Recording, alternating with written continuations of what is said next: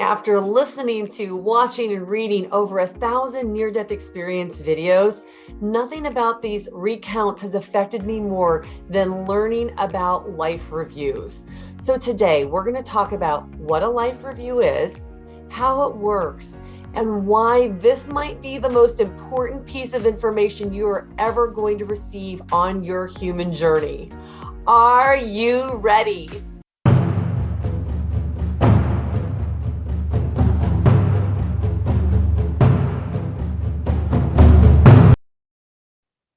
We've touched on the term life review, but what is it exactly?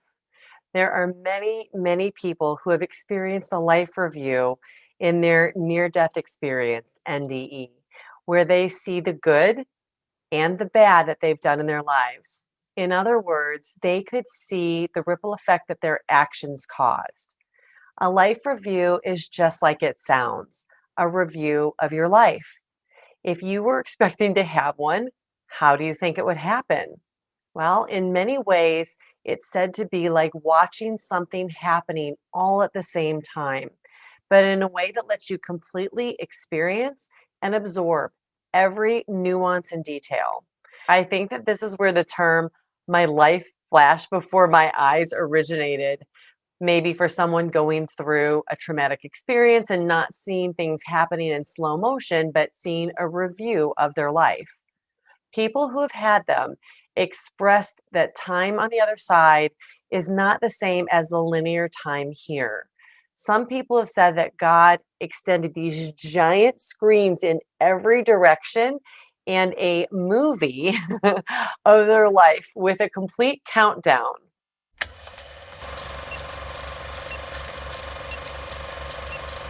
began to play.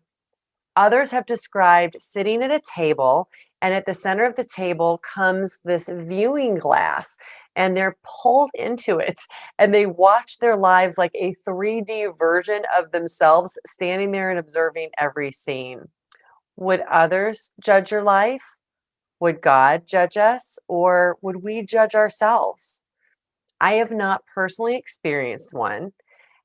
And I first heard about this concept in the book Billy Fingers How My Bad Boy Brother Proved to Me There's Life After Death, where Billy shares a detailed account of his experience. He saw every moment of his life, the significant and seemingly insignificant. And when he had reviewed his life and experienced it from every angle, meaning every emotion that every other person that he had encountered, he experienced it not only from his perspective, but also from theirs. He was then allowed to explore all the potentials that didn't happen. So, for example, he was married, got divorced, his wife died of cancer, and then he played out a lifetime where instead he had stayed married to her. And it was a different perspective. And he was able to do that in every single direction for any aspect that he wanted to experience in his life that he hadn't experienced in the reality. So you may leave Earth and experience your life review immediately. I've heard of people having a life review during a near death experience and then returning to Earth and making very significant changes based on their new knowledge. You may experience your life review alone, with your guides, with a wise ancient soul, or even with God directly. You are shown every single moment from your life, and you see every moment from the perspective of both yourself and the perspective of the other. You experience your own emotions and their emotions. You can see the ripple effect each and every act had upon you, on others, and on the world. I know of one person who was shown an act of throwing a piece of garbage out of an open car window and the ripple effect that that had on the earth itself. That was just one simple act by one person.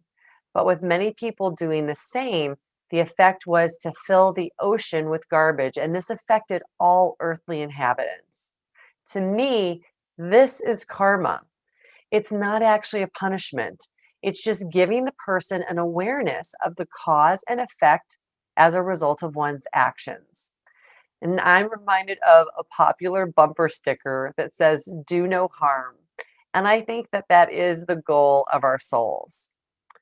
So you review your life plan and you evaluate how well you embraced your lessons, the lessons that you remember chose to learn. You look closely at the ways you loved yourself and loved others. How kind were you?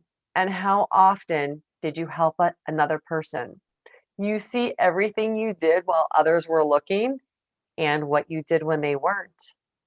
The souls who review this with us don't judge us, as ultimately we are the ones who judge ourselves.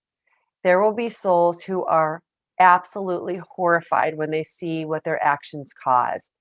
And there are others that will be so surprised to see how the actions they sent into the world had a positive ripple effect. Even the smallest act of kindness or unkindness can have huge repercussions. From the other side, you will continue to watch and know about and or guide all of the souls that you cared about who are still living out their lifetimes on earth. You will still care about them, deeply love them, and know what happens in their life. If you were to miss attending an upcoming wedding in person, you will attend in spirit. You don't become all knowing when you leave the earth, but you do gain a perspective that you didn't have while you were here. You will see things how they truly are, not how you perceive them when you were on earth. You can send loved ones signs so that they are able to feel your presence in their lives. But when you leave them, you will not miss them the way that they miss you. Souls on the other side feel like they saw you just yesterday, and they feel like they'll see you again tomorrow, even though a loved one may live 60 more earthly years after you're gone. Time is very different on the other side because this earthly realm, time is an illusion. Love, first and foremost, knows no boundaries or limits of time. You decide when and if you'll go back to earth again. And you'll think about the lessons you might want to try to master in another lifetime where you will make different choices. Or you may have mastered everything you set out to learn and decide to have your next lessons elsewhere in another realm.